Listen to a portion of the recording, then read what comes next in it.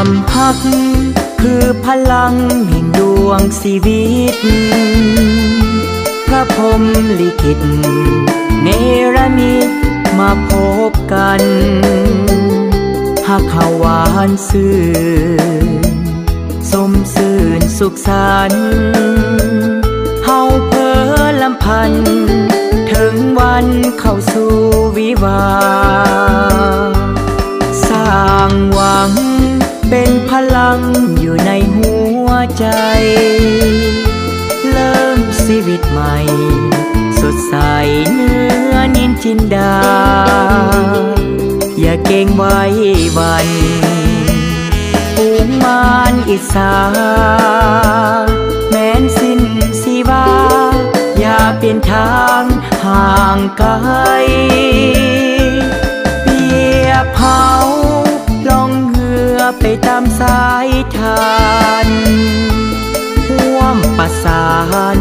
สันทานหักแห่งใจ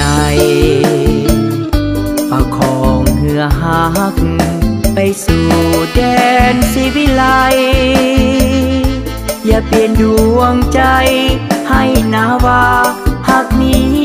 สลาย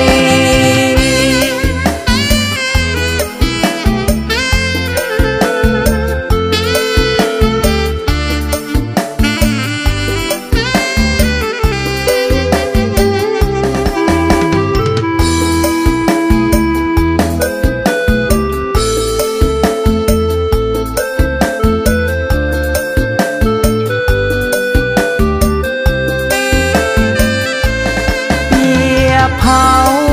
ล่องเหือไปตามสายทานห่วมประสานสันทานหักแห่งใจ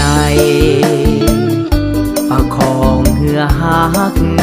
ไปสู่แดนศิวิไลอย่าเปลี่ยนดวงใจให้นาวาหักนี้สลาย